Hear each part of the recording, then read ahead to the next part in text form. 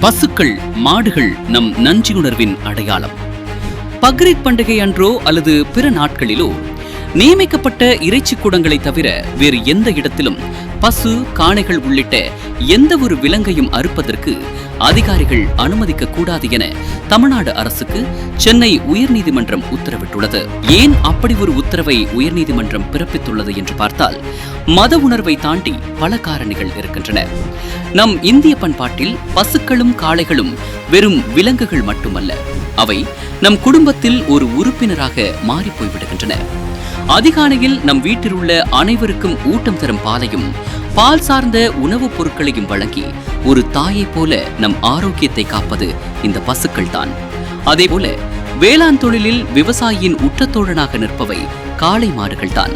கடுமையான வெயிலிலும் நமக்காக நிலத்தை உழுது விளைந்த பயிர்களை வண்டியில் கொண்டு செல்ல உதவும் நம் உழைப்பின் அடையாளம் அவை.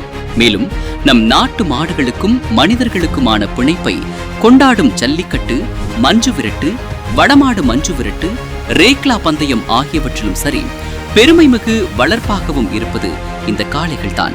இப்படி உணவளிக்கும் பசுவாக, உழைப்பிற்கு துணையாக, வீரத்தின் அடையாளமாக மாடுகள் நம் வாழ்வியலோடு இரண்டர கலந்தவை. அதனால்தான் அவற்றை கொல்வதை விடுத்து நம் நன்றி உணர்வின் அடையாளமாக, நம் கலாசாரத்தின் அங்கமாக போற்றுகிறோம்.